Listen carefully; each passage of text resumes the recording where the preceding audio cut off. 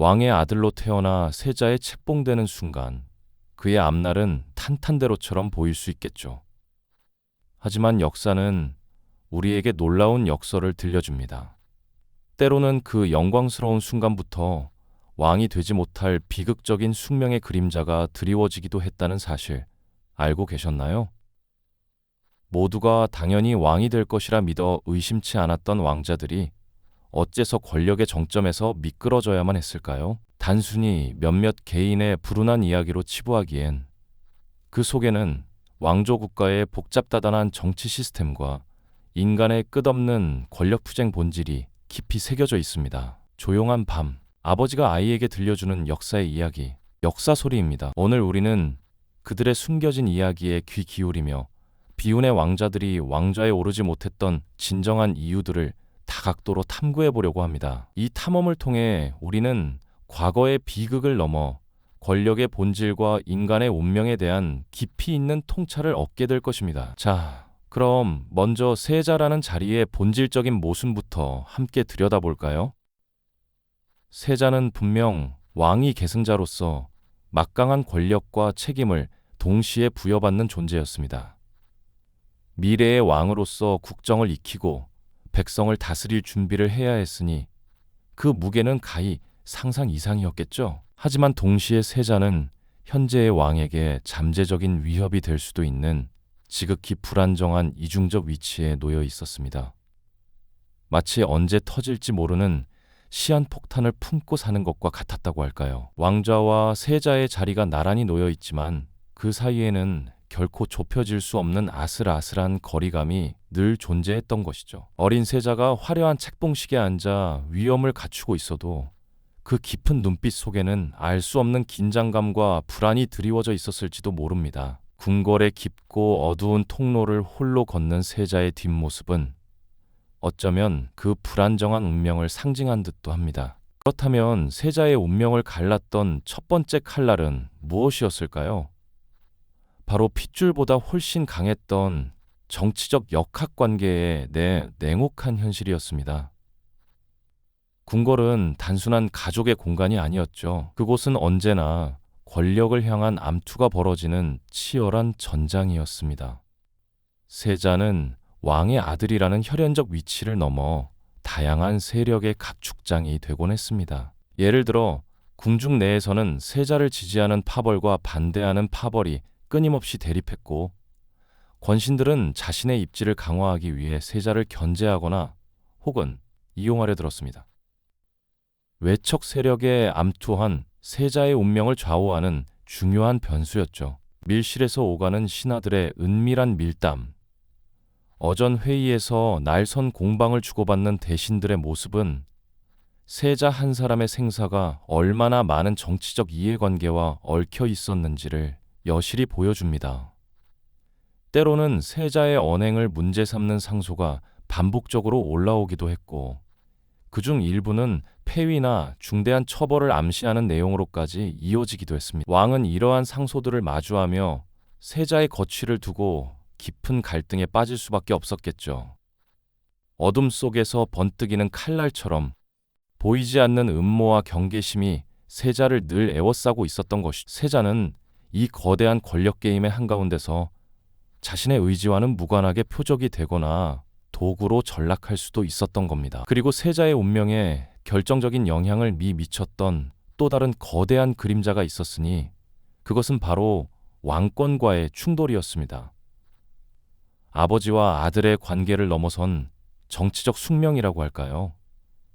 왕과 세자는 가장 가까운 혈육임에도 불구하고 때로는 가장 위험한 정적이 될 수 있었습니다. 왕이 자신의 권력을 공고히 하려는 과정에서 세자가 정치적 부담이 되는 존재로 인식되는 사례는 결코 드물지 않았습니다.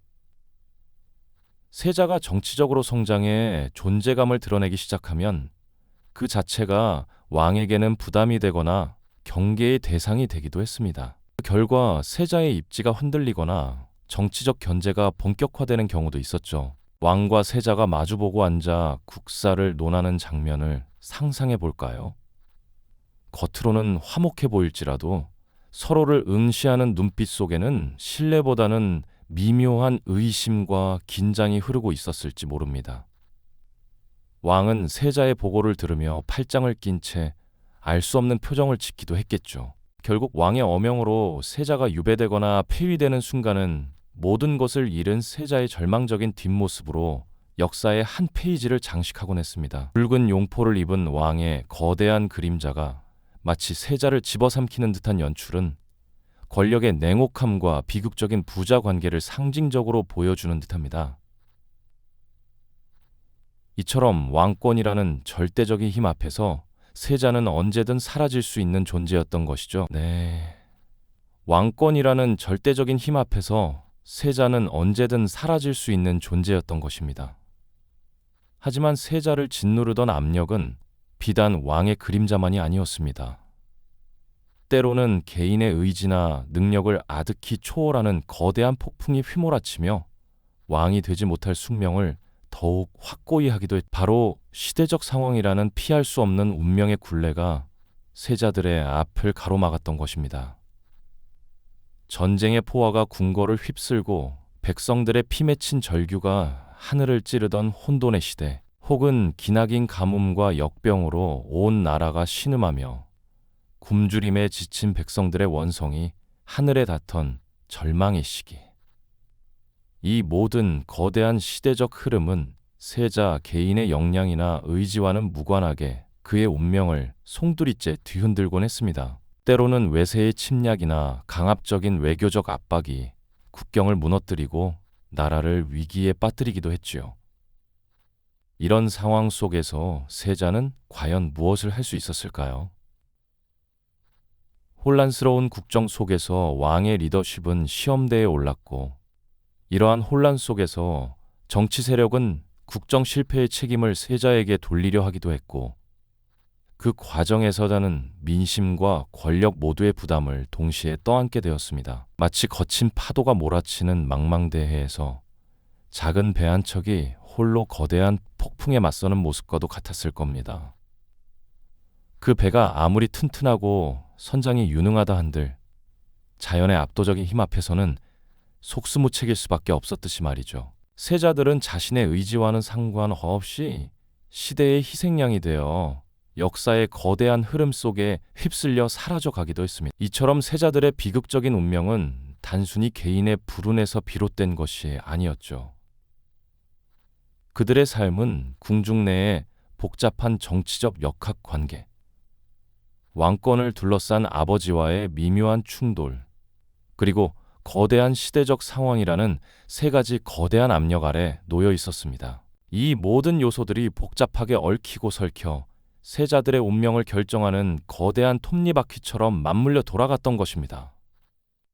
결국 왕이 되지 못한 세자들의 이야기는 왕조 국가의 구조적인 취약점과 권력이라는 거대한 기계장치의 본질을 비추는 거울과도 같다고 할 수 있습니다. 왕위 계승 시스템이 얼마나 인간적인 욕망과 외부 요인에 취약할 수 있는지, 그리고 인간적인 비극이 어떻게 반복될 수 있는지를 여실히 보여주는 것입니다. 여러 세자들의 이름이 역사서에 기록되어 있지만 그중 왕좌에 앉은 이는 소수에 불과합니다.